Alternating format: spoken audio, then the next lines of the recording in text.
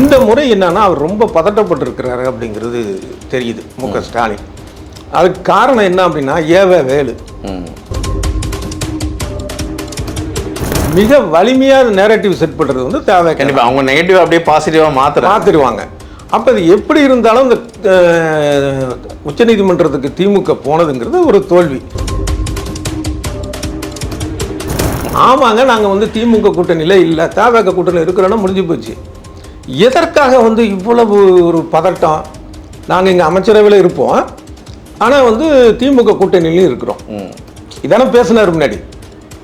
அது என்ன லாஜிக்? அது இப்போ விசிகவை பொறுத்தளவில் அது 2 அணியாக பிரிந்து ஆளுக்கு ஒரு பக்கம் அந்த தலைவரை இழுக்கிறாங்களோன்னு தோணுது. அது சாத்தியமா? இல்லை, இவர் அந்த அளவுக்கு இடம் கொடுத்துட்டாருன்னு தான் தோணுது. ஆணவ கொலைக்கு தனி சட்டம் ஏற்றணும் தான் வந்தது. கிட்டத்தட்ட தாவேகா பொறுப்பேற்று 50 நாட்களுக்கு மேலே ஆச்சு. 9 ஆணவ படுகொலை நடந்திருக்கு தமிழ்நாட்டில். ஆனால் திரும்ப அவன் அமைதி காக்குறாரு. அவர் அமைதி காக்குறாரு. இப்போ விஜய் வந்து கேட்டால் என்ன சொல்லுவார்? நாங்கள் 59 நாள் தானே ஆச்சு, 59 நாள் தானே, அப்புறம் 60 நாள் தானே ஆச்சு அப்படிங்கிற மாதிரி. இப்போ அதே டைலாக்கு திருமாவளவன் சொல்ல வேண்டியது தான். உதாரணமாக திமுக பக்கம் அவங்க 4 எம்எல்ஏக்கள் வர்றாங்க அப்படின்னா அப்போ திமுக கூறு என்ன வரும்? சரி, இவங்க ஒரு 4 எம்எல்ஏக்கள் வர்றாங்க, அது விசிகாவை ரீப்ளேஸ்மெண்ட் பண்ணுறதுக்காக பாமக எடுக்கிறாங்க. திமுக கூட்டணியில் விசிகாவே இல்லை, எப்படி ரீப்ளேஸ்ன்னு இவர் தான் சொல்லிக்கிறார். திமுகவும் அதை ஒத்துக்கல. நமக்கும் தெரியும் ரீப்ளேஸுங்கிற வார்த்தையே கிடையாது. திமுக கூட்டணியில் விசிகே இல்லை.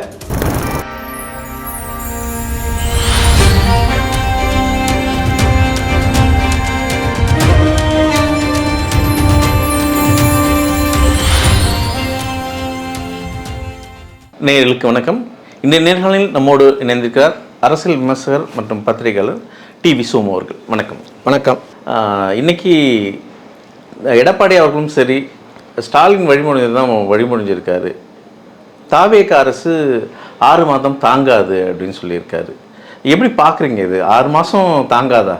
ஏன்னா வலிமையான கல்லாப்பேட்டி கூட்டணின்னு விமர்சனம் வச்ச அந்த கூட்டணியோடு இன்னைக்கு வலிமை சேர்ந்து ஆட்சி ஆண்டுட்டு இருக்காரு.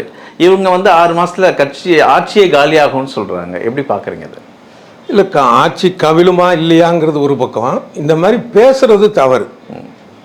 ஏன்னா இப்போ வந்து முழுமையாக மக்கள் தவேகாவை ஆதரிக்கலை, ஆனால் இருப்பதிலேயே வந்து ஒரு பெரும்பான்மை அதிகமான இடங்களை வாங்கி அது கூட்டணி வைத்து ஆட்சியில் இருக்குது. அப்படி இருக்கக்கூடிய ஒரு கட்சியை வந்து தொடர்ந்து வந்து இவங்க ஆட்சியில் நீடிக்க மாட்டாங்க, 3 மாதத்தில் வந்து ஆட்சி கவிழ்ந்துடும், 4 மாதத்தில் கவிழ்ந்துடும் அப்படிங்கிற அந்த பேச்சு இருக்குல்ல, அது என்னன்னா ஒரு எதிர்மறையான ஒரு கருத்தை தான் மக்கள்கிட்ட உருவாக்கும். இல்லை, ஒரு ஆச்சரியமான விஷயம் என்னென்னா, எதிர்கட்சி ஆட்சியில் இருந்தால் கொஞ்சம் கூட பொறுக்காமல் துடிக்கிறவர் வந்து கருணாநிதி. ஆனால் மு.க. ஸ்டாலின் அப்படி இல்லை. இப்போ எம்ஜிஆர் மேலே அந்த 17 வருடங்கள் எதிர்கட்சியாக இவர் இருந்தப்பைய இடையில் ஆட்சியை கலைத்தது, எம்ஜிஆர் ஆட்சியை கலைத்தது, அதற்கு வந்து கருணாநிதி தூண்டுகோலாக ஒரு வலியுறுத்தி அவர் இருந்தது. அப்புறம் நிறைய ஆளுநர்கள்ட்ட அந்த ஆளுநர் அடுத்தடுத்தது வந்தவங்கள்ட்ட புகார் கொடுத்தது, இதெல்லாம் நடந்தது. அதுக்கப்புறமும் நடந்தது, ஜெயலலிதா ஆட்சி காலத்துலேயும் நடந்தது. ஆனால் மு.க. ஸ்டாலினுடைய ஒரு விஷயத்தை பார்த்தீங்கன்னா அதுலேருந்து டோட்டல் டிஃப்ரெண்ட்டாக இருக்கும். ஜெயலலிதா இறந்த பிறகு அந்த அதிமுக கட்சியே கிட்டத்தட்ட அந்த எம்எல்ஏக்கள் அளவில் அது உடைந்துடுச்சு அப்படிங்கிற அளவில் தான் இருந்தது. அப்போ பல பேருடைய கணிப்பு என்னவாக இருந்துச்சுன்னா, ஒரு கணிசமான எம்எல்ஏக்களை தூக்கி திமுக ஆட்சி அமைச்சிரும் அப்படின்னு. ஆனால் அதுக்கான ஒரு முயற்சியே வந்து மு.க. ஸ்டாலின் எடுக்கலை. தேர்தல் வரட்டும், ஆட்சி கவிழ்ந்தாலும் சரி, இல்லை 5 வருஷம் முடிச்சுட்டு வந்தாலும் சரி, அதில் பார்த்துக்குவோம், நேர்வழியில் போகணும் அப்படிங்கிறது தான் அவருடைய ஒரு மனப்போக்காக இருந்தது. ஆனால் இந்த முறை என்னன்னா அவர் ரொம்ப பதட்டப்பட்டிருக்கிறாரு அப்படிங்கிறது தெரியுது மு.க. ஸ்டாலின். அதுக்கு காரணம் என்ன அப்படின்னா வேலு அவர் மீதான நடவடிக்கை. அதுக்கப்புறம் வந்து இந்த எம்எல்ஏக்களுக்கு பணம் கொடுத்தாங்கன்னு சொல்லி செந்தில் பாலாஜி வரைக்கும் போயிருக்கு. இப்போ அவர் வந்து தலைமறைவாக இருக்கிறாரு. இந்த விஷயம் இதனாலலாம் பார்த்தீங்கன்னா முக்கியமாக இப்போ நிர்மல் குமார் ஒரு தடவை சொன்னார். இப்போ சமீபத்தில் ஒரு 2 நாளைக்கு முன்னாடி இப்போ வந்து திமுகவும் அதிமுகவும் ஒரு கூட்டணி வைக்கிற மாதிரி இருக்காங்க, அது பிடிக்காம திமுக எம்எல்ஏக்கள் பல பேரை ராஜினாமா செய்கிற மாதிரி இருக்காங்கன்னு ஒரு குண்டை தூக்கி போட்டார். அது குண்டா வெங்காய வெடி குண்டா, அது அடுத்த பிரச்சனை. ஸோ இதெல்லாம் பார்க்குறப்ப இது வரைக்கும் இருந்த ஒரு எதிராக இருந்த ஒரு ஆளுங்கட்சியை விட இவர் ரொம்ப வெஞ்சன்ஸாக இருக்கிறார் விஜய் அப்படிங்கிறத வந்து இவர் புரிஞ்சிருக்கலாம். அதன் இல்ல காரணமாக இது ஒரு நீங்க பதட்டம். நீங்க குறிப்பிட்டு பேசின அந்த வார்த்தைகள் வந்து திரு மு.க. ஸ்டாலின் அவர்களோட மனசாட்சியா அல்லது உதயநிதி பேசும் அந்த சொல்லா, இதை எப்படி பார்க்கறது? ஸ்டாலின் தான் இந்த காழ்ப்புணர்ச்சியில் இருக்காரா? ஆனா மக்கள் வந்து உதயநிதிக்கும் விஜய்க்கும் தான் இங்க போட்டியே ஏட்டிக்கு போட்டியா பார்க்குறாங்க. ஸ்டாலினே தூரம் தான் வைக்கிறாங்க. இருக்கலாம். அப்படி வந்து உதயநிதி விஜய்க்கு தான் போட்டி வரணும்னு மு.க. ஸ்டாலின் கூட நினைக்கலாம்ல. நமக்கு அடுத்த கட்ட அங்கே வந்து சொல்லிட்டாங்க ஜென் அது இதுன்ட்டுன்னு. அப்போ இங்கே ஜென் அவர் இறக்குவோங்கிறது இருக்கலாம். அதனால இவரு கருத்து அவர் கருத்துங்கிறத தாண்டி இவங்க ரெண்டு பேருடைய கருத்து இல்லை திமுகவுடைய ஒரு கருத்து என்னன்னா, இப்போ இந்த விஜய் வந்து ஆட்சியில் இருக்கக்கூடாது, அந்த ஒரு மனப்போக்குக்கு வந்துட்டாங்க. இதுக்கான காரணங்கள் தான் நான் சொன்னது. இந்த காரணங்களாக தான் இருக்க வாய்ப்பு இருக்குது. ஆனால் அது தேவையில்லைங்கிறது. இப்போ அடிக்கடி சொல்ல மக்கள்கிட்ட வந்து இன்னும் விஜய்க்கு சப்போர்ட்டான ஒரு மனநிலை கூடுமே தவிர ஆட்சி கவிழ்ந்துருன்னு சொல்றாங்க, அப்போ கவிழ்ந்துரும் போல இருக்கு அப்படிங்கிற எண்ணம் வராது. இவங்க மேலதான் இன்னும் கொஞ்சம் விஜய்க்கு ரேஷியோ ஏறும்ன்றீங்க. ஆமா. ஆனா இங்க கூட்டணியில் இருக்கிற அந்த தலைவர்களோட வார்த்தைகள் தான் பேசும் பொருளா இருக்கு. ஏன் இந்த வார்த்தைகள் எல்லாம் வருது?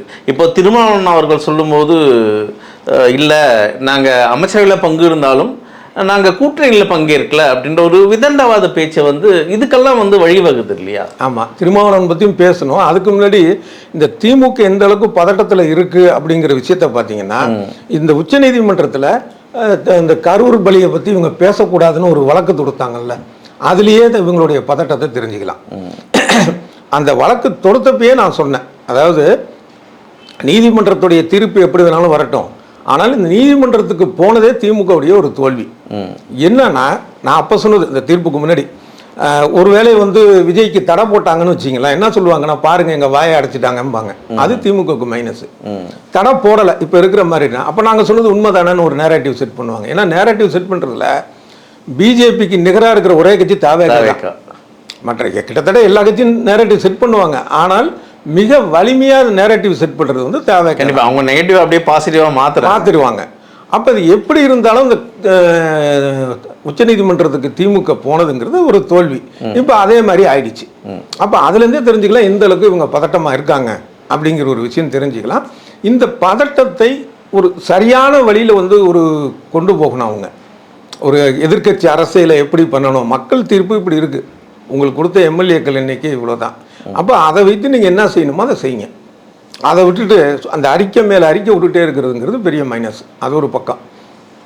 இப்போ அந்த திருமாவளவனுடைய விஷயத்துக்கு வந்தோம் அப்படின்னா, நீங்கள் சொன்ன மாதிரியே அவர் குழப்பி பேசுறது அப்படிங்கிற ஒரு விஷயம் இருக்குல்ல, இது வந்து இந்த எப்போ தாவேக்க கூட அணி சேரலாம்னு அவர் முடிவு பண்ணாரோ அதிலிருந்தே இருக்கு. இப்போ அதுக்கு முன்னாடி வந்து நாங்கள் எந்த சூழல்லையும் நாங்கள் வந்து திமுக விட்டு போக மாட்டோம், எங்களுக்கு வந்து சீட்டு இல்லை அமைச்சர் பதவி இதெல்லாம் பெருசு கிடையாது, பாஜகவை எதிர்க்கணும் அப்படின்னாரு. இவர் தான் சொன்னார் விஜய் வந்து பாஜகவுடைய பிள்ளை, பாஜக பெற்றெடுத்த பிள்ளை அப்படின்னாரு. அப்புறம் இவர் கூட இருக்கிற கம்யூனிஸ்டுகள் என்ன சொன்னாங்கன்னா, குறிப்பாக சண்முகம் என்ன சொன்னாருன்னா, இந்த கரூர் பலி சம்பவத்தை நடந்ததுக்கு அப்புறமேல கொள்கை எதிரி பாஜகன்னு பேசுறதையே விஜய் விட்டுட்டாரு அப்படின்னாரு. ஆனால் இவங்க தான் சேர்ந்து என்னன்னா, ஆளுநர் ஆட்சி வந்துடக்கூடாது, அதன் மூலமாக பாஜக ஆட்சி வந்துடக்கூடாது அப்படின்னு சொல்லி விஜய்க்கு ஆதரவு அளிக்கிறேன்னு சொல்றவங்க, அப்போ விஜய் வழியா நேரடியாக பாஜக ஆட்சி வரலாம். அதுக்கே குழப்பத்தில் இருக்காரு. சிம்பிளான ஒரு விஷயம், எப்போ நீங்கள் வந்து அமைச்சரவையில் சேர்ந்துட்டீங்களோ அப்போ தேவைக்க கூட கூட்டணிங்கிறது உறுதி. இது கை குழந்தை கூட தெரியும். இவ்வளோ பெரிய அரசியல் அனுபவம் பெற்ற இவருக்கு தெரியாதா? ஆமாங்க, நாங்கள் வந்து திமுக கூட்டணியில் இல்லை, தேவைக்க கூட்டணியில் இருக்கிறோன்னா முடிஞ்சு போச்சு. எதற்காக வந்து இவ்வளவு ஒரு பதட்டம்? நாங்கள் இங்கே அமைச்சரவையில் இருப்போம், ஆனால் வந்து திமுக கூட்டணியிலையும் இருக்கிறோம், இதானே பேசினார் முன்னாடி. அது என்ன லாஜிக் இது? அதாவது சொல்லுவாங்கல்ல, இது பாம்புக்கு வந்து வாளாவும் அப்புறம் இன்னொருதுக்கு இது ஒரு தலையாகவும் இருப்பாங்க அப்படின்னு. அது நடக்குமா அரசியலில்? இல்லை இவர் பேசுகிறத அப்படியே நம்புறதுக்கு வந்து விஜய் தரப்போ இல்லை வந்து ஸ்டாலின் தரப்போ அந்த அளவுக்கு இன்னும் கை கூட இல்லை. காங்கிரஸ் தமிழ்நாடு மாநிலத்தில் அவர் பேசும்போது சொல்கிறாரு, எப்போ அமைச்சர்களில் வந்துட்டாங்களோ தாவேகா கூட்டணியில் வந்த மாதிரி தான் அப்படின்னு சொல்கிறாரு. வந்த மாதிரிலாம் இல்லை, வந்தாச்சு. அதுக்கு தான் இவர் எதிர்வினை பேசுகிறாரு விடுதலை சிறுத்தைகளின் தலைவர் தொல் திருமாவளவன் அவர்கள். இல்லை, அமைச்சர்கள் வந்ததுனாலேயே நாங்கள்லாம் இதில் கூட்டணியில் வந்த மாதிரி கிடையாது அப்படின்னு ஒரு ஆணித்தனமாக அங்கே பதிவு போடுறாரு. இப்போ நாளைக்கு இந்த அரசை எதிர்த்து ஒரு போராட்டம் திமுக அறிவிக்குது இல்லை அதிமுக அறிவிக்குது அப்படின்னா, அப்போ இவர் யார் பக்கம் இருப்பார்? திருமாவளவன் ஆட்சியில் பங்கு வகிக்கிற தேவேக்க பக்கம் இருப்பாரா? இல்லை திமுக கூட்டணி கட்சின்னு சொல்லிட்டு இருந்தாருல்ல, அங்கே இருப்பாரா? இது என்ன ஒரு லாஜிக் இல்லாத ஒரு விஷயம். குழப்பம் நிறைய இருக்கு. அது மட்டும் இந்த கரூர் விஷயத்திலே பார்த்துங்களேன், இவர் என்ன சொன்னார், இந்த எஃப்ஐஆரில் எதற்காக நீங்கள் வந்து விஜயை சேர்க்காம விட்டீங்க, கண்டிப்பாக திமுகவுக்கும் விஜய்க்கு என்ன தொடர்பு அப்படின்னாரு. இப்போ என்ன சொல்கிறாருன்னா, அந்த சம்பவம் நடந்த உடனே ஆதவ ஒரிஜினாவுக்கு ஃபோன் பண்ணி நான் துக்கம் விசாரித்தேன் அப்படிங்கிறாரு. இப்படி முழுக்க வந்து மாறிட்டார். இல்லை இப்போ தான் அவருடைய தோற்றம் நமக்கு முழுமையாக தெரிஞ்சிருக்குதோ அப்படிங்கிற மாதிரி தான் இருக்குது. அதுதான் இங்கே ஒரு பாயிண்ட் என்னென்னா, இப்போ பாமக வந்து இன்னைக்கு தமிழக அரசில் ஒரு பேசும் பொருளாக இருக்குது. ஒருவேளை திமுக பாமகவும் இங்கே சேர்கிற வாய்ப்புகள் இருக்கோ, அது திருமாவளவனுக்கு பிடிக்கலையோ அப்படின்ற ஒரு பார்வை பார்க்கலாமா? இல்லை, இவர் இங்கே வந்ததுக்கு அப்புறமேல திமுக இவரை பற்றி ஏன் கன்சிடர் பண்ணுது? இவருக்கு பிடிச்சா என்ன பிடிக்கலன்னா தவிர வந்து என்னென்னா விசிகேல இருக்கக்கூடிய முக்கிய பிரமுகர்களை இப்போ திமுக தன்னுடைய கட்சியில் சேர்த்துக்குது. அதை எதிர்த்து கூட திருமாவளவன் பேசியிருக்கிறார். இதே தவேகாவிலையும் விசிகாவுடைய பிரமுகர் சேர்ந்ததை பற்றி இவர் எதுவும் பேசலை. அது என்னன்னு தெரியல. அது ரொம்ப குழப்பமாக இருக்குது. அப்போ அதையும் பேசணும்ல தன்னுடைய கட்சி. இப்போ இது வந்து கூட்டணியில் வந்து இல்லைங்கிற அளவுக்கு ஆயிடுச்சு திமுக கூட. அதில் ஒருத்தர் சேர்றதை பற்றியே பேசுகிறவர் ஆட்சியில் ஒன்றா ஆட்சி பண்ணுறாங்க. அந்த கூட்டணி அமைச்சரவையில் இருக்கக்கூடிய ஒரு கட்சி, அதிலேருந்து தாவேக்கால சேர்க்குறாங்க விசிகேலேருந்து ஒருத்தர் அப்படின்னு அதை பேசணும்ல. அது எதுவும் பேசலை. அப்போ முழுக்க வந்து அவர் குழம்பி போயிருக்கிறாரு. ஒருவேளை அவருடைய கட்சியிலேயே ரெண்டு வித கருத்து இருக்கலாம். ஒரு பாதி பேர் வந்து திமுக கூடயே நம்ம இருப்போம், நம்ம அமைச்சரவையில் போக வேணாம், போனது தப்பு அப்படின்னு சொல்கிறவங்க. ஆனால் அது அந்த சொல் வந்து ஆலு ஷானவாஸை பார்த்து தான் எல்லாம் பேசுகிறாங்க. அவர் திமுக பக்கம் போகிறாரு அப்படின்னு. இன்றைக்கி அவர் ஒரு அறிக்கை விடுறாரு, இல்லை நான் திருமாவளவனோட தான் இன்னைக்கு எனக்கும் அவருக்குமான எந்த கருத்துவாடும் கிடையாது, அவரோட கருத்தில் நான் ஒத்து போகிறேன் அப்படின்றாரு. இப்போ ஒரு தலைமை வந்து ஒரு பொதுக்குழு செயற்குழுக்கூடிய ஒரு முடிவு எடுத்து ஃபைனல் முடிவு தலைமை எடுத்து அதன் பின்னால் கட்சி போகிறது அப்படிங்கிறது இல்லாமல் இப்போ விசிகாவை பொறுத்தளவில் அது ரெண்டு அணியாக பிரிந்து ஆளுக்கு ஒரு பக்கம் அந்த தலைவரை இழுக்கிறாங்களோன்னு தோணுது.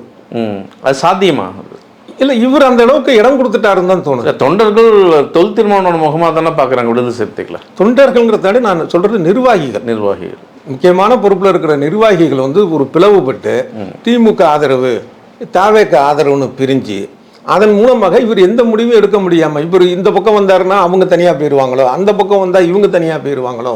இப்போ சட்டமன்றத்தில் 2 எம்எல்ஏக்கள் தான் இருக்கிறாங்க.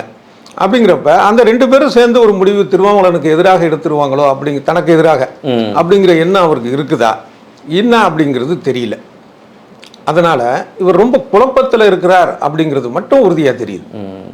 அப்போ 1 இயர்ஸ் ஸ்ட்ராங்காக இருந்திருக்கார் தாவேகா கூட்டணி உள்ளே போகிறதுக்கு. ஆமாம், அதனால தானே வந்து அவர் அங்கே அமைச்சர் பதவி அங்கே கொடுத்துருக்குறாங்க. அதுலேயும் தொடர்ந்து நீட்டிச்சுட்டு தான் இருக்கிறாரு. ஒரு வேளை வந்து என்னென்னா தனக்கு அமைச்சர் பதவி கொடுத்துட்டாங்கிறதுனால திருமாவளவனுக்கு ஏதோ மன சங்கடம் இருக்குமோ அப்படின்னு நினச்சி கூட திருமாவளவன் அவர்களை துணை முதலமைச்சராக்க வேண்டும் அப்படின்னு கூட அவர் சொல்லியிருக்கலாம். அரசியல் அதெல்லாம் சகஜமப்பா அப்படிங்கிற மாதிரி தான். அது ரவிக்குமாரும் ஒரு ஸ்டேட்மெண்ட் கொடுத்தாரு, எங்களுக்கு டெப்டி சிஎம் வேணும் அப்படின்னு. ஆமாம், இப்போ அதை கூட இவர் வலியுறுத்தி இருக்கலாம் வன்னியரசு. ஏன்னா இவர் அமைச்சர்னா அதுக்கு மேலே தானே துணை முதலமைச்சருங்கிறது. ஸோ அந்த இதுக்கு வந்து அவரை ஆனால் இங்கே தாவேகாவுக்கும் விடுதலை சிறுத்தைக்கும் இந்த கான்ட்ரவர்சரி தியரி ஒன்று அங்கே பிரிஞ்சே இருக்குது. இப்போது ஆதிதிராவிட நலத்துறை சமூக நீதித்துறைன்னு அழைக்கப்படும் அப்படின்னு எல்லாம் கோப்புகள் எல்லாம் தயாராகிடுச்சு, அது ஜியோவும் பாஸ் ஆகிடுச்சு. ஆனால் அது விடுதலை சிறுத்தைகள் அந்த பேரை பரிசீலனை பண்ண வேணும் அப்படின்னு அறிக்கை விடுறாங்க. ரவிக்குமார் தான் அதை பேசுகிறாரு. இப்போ ஆதிதிராவிடர் என்ற நலத்துறை வந்து ஒரு அரசாங்க கோப்புலேருந்தே போச்சுன்னா வருங்கால சங்கதிகளுக்கு இது தெரியாது இல்லையா, இது மாதிரி ஒரு துறை இருந்ததுன்னு. அது பேரை மாற்றுறாங்க, சமூக நீதித்துறைன்னு மாற்றுறாங்க. அப்போது எப்படி இந்த பார்க்குறீங்க? இது இல்லை, இது நல்ல மாற்றம் தான், அது அவசியமான மாற்றம் தான். பல பேர் பல காலமாக சொல்லிட்டு இருந்தது தான். ஏன்னா ஆதி திராவிடர்னு ஒரு சாதி பிரிவு இருக்கிற ஒரு சூழலில் அதே பெயரில் துறை இருந்துச்சுன்னா குறிப்பிட்ட சாதிக்கு தான் அந்த துறை இருக்கு போல இருக்குங்கிற ஒரு எண்ணம் வரலாம். சமூக நீதி நலத்துறை அப்படின்னு வர்றப்ப பட்டியலின மக்கள் எல்லா ஜாதி சேர்ந்த மக்களுக்குமான ஒரு துறைங்கிறது அப்படிதான் செயல்பட்டு இருக்கு. அது வந்து உறுதிப்படுது. ஆனால் இந்த விஷயத்தை வந்து தவறு அப்படிங்கிற மாதிரி சொல்ல முடியாது. ஒருவேளை ஆதி திராவிடர்கள் மிக அதிகமாக இன்னும் சொல்ல போனால் கிட்டத்தட்ட இருக்கக்கூடிய கட்சி விசிகே அப்படிங்கிறதுனால அவங்க அந்த ஸ்டாண்ட் அவங்க எடுத்துருக்கலாம். ஏன்னா ஏற்கனவே உள்ஒதுக்கீடு அருந்ததியருக்கு கொடுத்த ஒரு சூழலில் அதற்கு மாறுபாடான கருத்தை தான் விசிகே தெரிவிச்சிட்டு இருந்தது. கேட்டால் சொல்லுவாங்க, சட்டமன்றத்தில் நாங்கள் தான் முதல்ல ஆதரித்தோம் அது. ஆனால் அதுக்கப்புறம் பார்த்தீங்கன்னா அதுக்குள்ள வந்து உள் விஷயங்கள் இப்படி இருக்குது அப்படி இருக்குது, நீதிமன்றம் இதை சொல்லணும் அதை சொல்லணும்லாம் சொல்லிட்டு இருந்தாங்க. இன்னே வரைக்கும் முழு மனசோட அதை ஏற்றுக்கலை. அப்படிங்கிறதா இருக்குது. ஸோ அதனால் வந்து தங்களுடைய ஒரு கணிசமான ஒரு இருக்கக்கூடிய இந்த அமைப்பு கட்சி அதோடைய ஒரு சார்பாக நம்ம போராடிக்கிட்டு நின்றுட்டு இருக்கோம் களத்தில். அப்போ அந்த பெயர் ஆதி திராவிடன் இருக்கட்டும்னு அவங்க விரும்பலாம். ஆனால் ஒரு அரசு துறையில் சமூக நீதி நலத்துறை, சமூக நீதித்துறைன்னு இருக்கிறது சரியான விஷயம்தான். ஒடுக்கப்பட்ட மக்கள், பட்டியலின மக்கள் எல்லாருக்குமான ஒரு துறையாக இருக்குது, செயல்படும். தாவேக்கா செய்து சரின்றீங்க. இந்த விஷயத்தில் தாவேக்கா செய்தது சரியான ஒரு விஷயம். அப்புறம் இன்னொரு கருத்து மாறுபாடு கூட இருக்கிறதா சொல்கிறாங்க. எப்படின்னா, இந்த ஆணவ கொலைக்கு எதிராக ஒரு சிறப்பு தனி சட்டம் வேணும் அப்படின்னா அதை வந்து ரொம்ப காலமாக சொல்லிட்டு இருக்கிறாங்க. கடந்த திமுக ஆட்சியில் நிறைவேற்றலை. அப்புறம் இதுலேயும் வந்து அதுக்கான நிறைவேற்றுற மாதிரி இல்லை. அதுக்கு வந்து விசிகவுடைய குரலுக்கு அங்கே அதை யாரும் அங்கே செவி சாய்க்கலை அப்படிங்கிற ஒரு பேச்சு. ஆனால் அவங்களோட அந்த கூட்டணி செயல்பாட்டில் இப்போது தாவேக்காவுக்கு ஆதரவு நிலைப்பாட்டில் வரும்போது திருமாவளவனோட முதல் கோரிக்கை வந்து ஆணவ கொலைக்கு தனி சட்டம் ஏற்றணும் தான் வந்தது. கிட்டத்தட்ட தாவேக்கா பொறுப்பேற்று 50 நாட்களுக்கு மேலே ஆச்சு. 9 ஆணவ படுகொலை நடந்திருக்கு தமிழ்நாட்டில். ஆனால் திருமாவளவன் அமைதி காக்குறாரு. அவர் அமைதி காக்குறாரு. இப்போ விஜய் வந்து கேட்டால் என்ன சொல்லுவார்? நாங்கள் 59 நாள் தானே ஆச்சு, 59 நாள் தானே, அப்புறம் 60 நாள் தானே ஆச்சு அப்படிங்கிற மாதிரி. இப்போ அதே டைலாக்கு திருமாவளவன் சொல்ல வேண்டியது தான். நாங்கள் கோரிக்கை வச்சுருக்கிறோம், அவங்க ஆட்சி தான் நடந்துட்டு இருக்குல்ல, செய்வாங்க என்ன இப்போ அப்படின்னு சொல்லி ஆதரவு நிலைப்பாடுனா இப்படி பேசலாம். இல்லை வெளியே வர்ற மாதிரியான ஒரு சூழல் இருந்துச்சுன்னா நாங்கள் சொல்லி இத்தனை நாளாச்சு செய்யலைங்கிறனால வெளியில் வரலாங்கன்னு சொல்லலாம். ஆக எதுவாக இருந்தாலும் அரசியல். ஆனால் அப்படி ஆணவ படுகொலைக்காக ஒரு சட்டம் ஒன்று கொண்டு வந்தாங்க அப்படின்னா ஒரு வெகு பேர் வந்து அதை ஏற்றுக்கொள்ள தயாராக இல்லை. அந்த யதார்த்தத்தை வந்து ஆளுங்கட்சியில் இருக்கிற யாராக இருந்தாலும், அது திமுக ஆளுங்கட்சியாக இருந்தாலும், அதிமுகவாக இருந்தாலும், தவேகாவாக இருந்தாலும், அதை வந்து தான் அவங்க கவனிப்பாங்க. அவங்க அப்படிங்கிறப்ப அந்த மாதிரியான ஒரு சட்டம் வரும் அப்படிங்கிறதுக்கான விஷயம் இல்லை. உதாரணம் என்னன்னா, இந்த பிசிஆர் ஆக்ட் அப்படிங்கிறதே எடுக்கணுங்கிற ஒரு குரல் ஒழிச்சிட்டு இருக்கு. இப்போ சாதாரணமாகவே ஒருத்தரை வந்து இன்னொருத்தர் அவமானப்படுத்தினாலோ இல்லை அடித்து துன்புறுத்தினாலோ அதற்கான சட்டங்கள் இருக்குது. அப்புறம் ஏன் இதுக்கு அப்படிங்கிறது ஒரு கேள்வி இருக்குது. ஆனால் என்ன பொறுத்தவரை பார்த்தா பிசிஆர் சட்டம், வன்கொடுமை தடுப்பு சட்டம் இருக்கட்டும். அதை தாண்டி அதில் வந்து ஒரு மாறுதல் என்ன பண்ணலாம்னா, இந்த வன்கொடுமை தடுப்பு, அந்த வன்கொடுமையால் பாதிக்கப்பட்டவருக்கு நிறைய பொருளாதார ரீதியான பலன்கள் வந்து அந்த சட்டத்தின் மூலமாக கிடைக்குது. ஒரு லேசான பிரச்சனைனா 80,000 ஆரம்பித்து 8 லட்சம் வரைக்கும். அப்புறம் வந்து இறந்துட்டாங்கன்னா வாரிசுக்கான ஒரு வேலை, அப்புறம் நிலம், வீடு, இந்த மாதிரியான விஷயங்கள் இருக்குது. அது என்ன ஒரு விமர்சனம் வருதுன்னா, இந்த மாதிரியான ஒரு பணப்பலன் இருக்குங்கிறதுனாலேயே பல பேர் வந்து பொய்யான ஒரு புகார் கொடுக்குறாங்க அப்படிங்கிற ஒரு விமர்சனமும் இருக்குது. இப்போ ஒரு நீதிமன்றங்களே எடுத்துக்கிட்டிங்கன்னா வன்கொடுமை புகாரில் ஆக பெரும்பாலும் அது வந்து தள்ளுபடி செய்யப்படக்கூடியதில் இருக்குது. உச்சநீதிமன்றம் வந்து இது வரைக்கும் 2 முறை சொல்லியிருக்குது இது மாதிரி பொய்யான வழக்குகள் வந்து போடப்படுது அப்படின்னு. அதனால் எல்லா வழக்குகளையுமே வந்து பொய்யான வழக்குகளும் இருக்கும். அதுக்காக வந்து சட்டமே வேண்டாம்னு நம்ம சொல்ல முடியாது. ஆனால் இந்த சட்டத்தை நெறிப்படுத்த வேண்டும் அப்படிங்கிற ஒரு கோரிக்கை இருக்குது. அந்த ஒரு சூழலில் போய் இவங்க புதுசாக வந்து ஆணவ படுகொலையை எதிர்க்கிறதுக்கான அதற்கான ஒரு தனி சட்டம் வேணும் அப்படின்னு சொன்னால் அதை எந்த அளவுக்கு ஏற்றுக்குவாங்க அப்படின்னு. அதில் அவங்க சைடு என்ன சொல்லுவாங்க அப்படின்னா, இது வந்து ஜாதி ரீதியான சட்டம் அல்ல, ஒரே ஜாதிக்குள்ளே இருக்கிறவங்க கூட அந்த காதலை எதிர்த்து அதுக்காக வந்து ஒரு படுகொலை செய்யலாம், அதில் வந்து ஆணவ படுகொலையில் வருங்கிற மாதிரியான விளக்கங்கள்லாம் சொல்கிறாங்க. ஆனால் ஆக பெரும்பாலும் இது எதற்காக எடுத்துக்கொள்ளப்படும்னா, இது வந்து ஜாதி ரீதியான ஒரு விஷயங்களாக எடுத்துக்கப்படும். அப்போ ஏற்கனவே வந்து இருக்கக்கூடிய சட்டங்களை வச்சே பண்ணலாம் அப்படிங்கிறது தான் இருக்கும். அதனால் இந்த விஷயம் வந்து இந்த ஆட்சிக்கான ஒரு சிக்கலாக மாறாது. வேற காரணங்களால் இந்த ஆட்சி கொடுக்கக்கூடிய ஆதரவை வந்து விசிக விலக்கி கொள்ள அப்படின்னு ஒரு முடிவெடுத்தால் அப்போ இந்த வார்த்தையை பயன்படுத்துவாங்க. அப்படி இல்லைன்னா 5 வருஷம் வரைக்கும் ஆட்சிக்குள்ள ஒரு ஒத்துழைப்பு கொடுத்துட்டு 5 வருஷம் வரைக்கும் அவங்க வந்து இதை நிறைவேற்றவே இல்லைன்னா கூட அதை ஒரு பெருசாக எடுத்துக்காம அடுத்த வர ஆட்சியிலையும் குரல் கொடுப்பாங்க, தொடர்ந்து பயணிக்கும். இப்படி விசிக்கன்னு இல்லை, பல கட்சிகளும் அந்த மாதிரி கொடுத்து நாங்கள் கட்சித்தீவை மீட் போகணும் ஒவ்வொரு தேர்தலுக்கும் சொல்கிறது, நான் காவிரி பிரச்சனையை தீர்ப்போணும் ஒவ்வொரு தேர்தலுக்கும் சொல்கிறது. இது மாதிரி இதெல்லாம் சகஜந்தானப்பா அப்படின்னு ஒரு கதை சொல்லுவாங்க. என்னன்னா, ஒரு கிராமத்துக்கு அரசியல்வாதி போகிறாரு, மந்திரி போகிறப்ப மரம் நடு விழா சரி இதுன்னு, அதுக்கு அங்கே இருக்கிறவர் சொன்னாலாம், ஐயா இந்த இடத்துல நடுங்க, இங்கே தான் வழக்கமாக நடுவோம் அப்படின்னு. அப்போ என்னன்னா, அங்கே நட்ட செடி ஒரு காலத்துலையும் வளர்ந்ததே கிடையாது, கொஞ்ச நாளில் பட்டு பேரும் மறுபடியும் அங்கே நடப்பாங்க, அது ஒரு சடங்கு. அதேமாரி இந்த வலியுறுத்தல்கள் அது இதெல்லாம் வந்து அரசியலில் எந்த கட்சியாக இருந்தாலும் ஆக பெரும்பாலும் அது வந்து ஒரு சடங்கு. அதனால் இந்த பிரச்சனையினால் விலக மாட்டாங்க, விலகினால் இந்த பிரச்சனையை எடுப்பாங்க. முக்கியமாக இன்றைக்கி தமிழ்நாட்டு அரசியலில் பரபரப்பாக பேசப்படுறது பாமக பற்றி. அன்புமணி ஐயா அவர்களும் ராமதாஸையும் ஒன்று இணைஞ்சிருக்காங்க. இன்னைக்கு திமுக கூட்டணியோட இணைச்சி பேசுகிற அளவுக்கு வந்திருக்கு. இது எப்படி அது சாத்தியப்படுதா? திமுகவோட தான் அவங்க பயணிக்கிறாங்களா? ஏன்னா இங்கே ஒரு கேள்விக்குறி என்னென்னா, ஏற்கனவே அன்புமணி அவர்கள் விஜயை சந்தித்து சில அவரோட ஆதரவு தெரிவிக்கிற இடத்துல பேசியிருந்தார். அவங்க இந்த நகர்வுக்கு என்ன காரணம்? ஏதாவது மாறுதல் வருது அரசியலில்? இப்போ ஒரு அன்புமணியோடைய நகர்வு பார்த்தீங்கன்னா, இப்போ இந்த தேர்தலுக்கு அப்புறம் அவருடைய ஒவ்வொரு செயலுமே அரசியல் அப்படிங்கிறத தாண்டி ஒரு பொது நோக்கத்தில் போகிறதா தான் நான் பார்க்குறேன். உதாரணமாக மேகதாட்டு, அதற்கான விஷயங்கள் இப்போ எல்லாரும் வந்து இந்த கூட்டணி, இந்த கரூர் பிரச்சனை, அடுத்தது விஜய் என்ன பேச போகிறாரு, அவர் ஸ்டைல் இப்படி தான் ஊடகங்களும் போயிட்டு இருந்துச்சு, அரசியல் கட்சி தலைவர்களும் கருத்து சொல்லிட்டு இருந்தாங்க. இவர் ஒருத்தர் தான் என்னென்னா மேகதாதுக்கான ஒரு விஷயத்துக்கு பிரச்சார பயணம், அதுக்கு இடையில தான் இவரை புஷி ஆனந்த் கூட சந்தித்தார். இது போயிட்டுருக்கிறாரு. அதே போல் இந்த சமூக நீதி கணக்கெடுப்பு, சாதிவாரி கணக்கெடுப்பு, அதை வலியுறுத்தி சௌமியா அன்புமணி பேசினாங்க. அதுக்கப்புறம் அதை செயல்படுத்துவோன்னு சொன்னதுனால அவருக்கு நன்றி சொன்னாங்க. உடனே என்ன சொல்லிட்டாங்கன்னா, அமைச்சரவையில் வந்து பாமக இடம்பெற போகுது அப்படின்னு.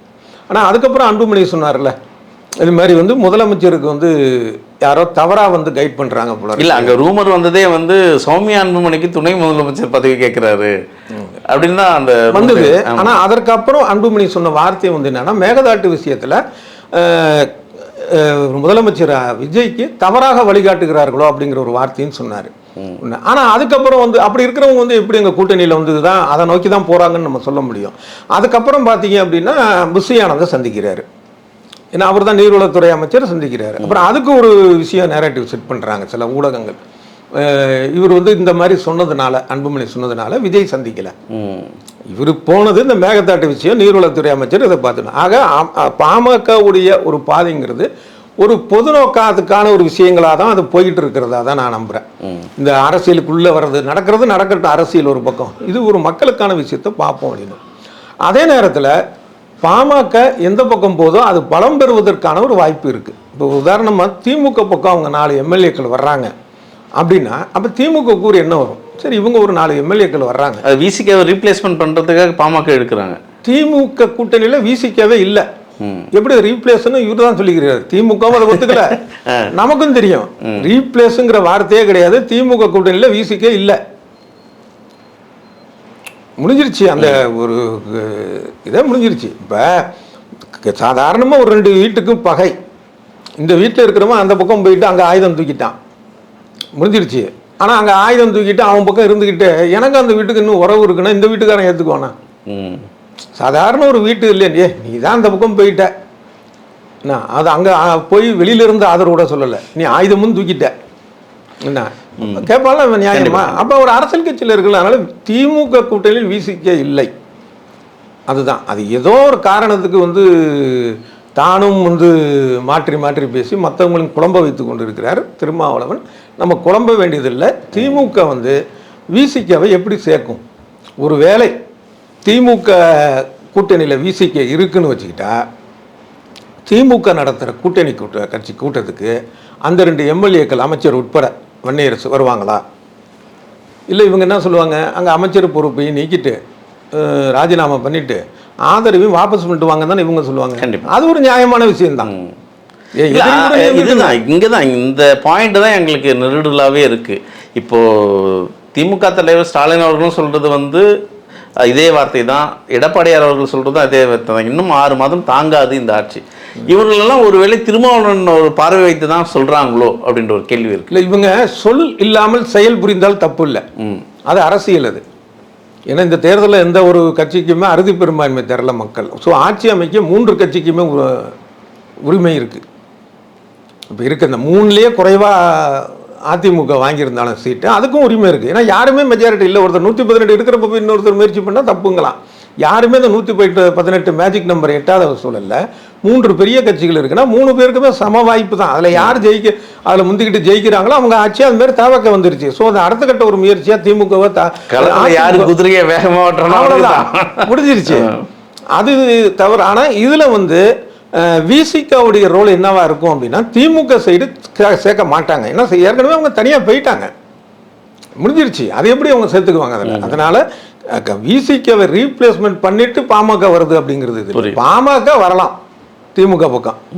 இல்லையா ரீப்ளேஸ்மெண்ட் எங்க நடக்கும்னா தவேக பக்கம் இருக்கக்கூடிய விசிகாவை ரீப்ளேஸ்மெண்ட் பண்ணிட்டு பாமக வரலாம். பாமகவுக்கு இந்த 2 ஆப்ஷனுமே இருக்கு. தொடர்ந்து பேசணும். மிக்க நன்றி. நன்றி.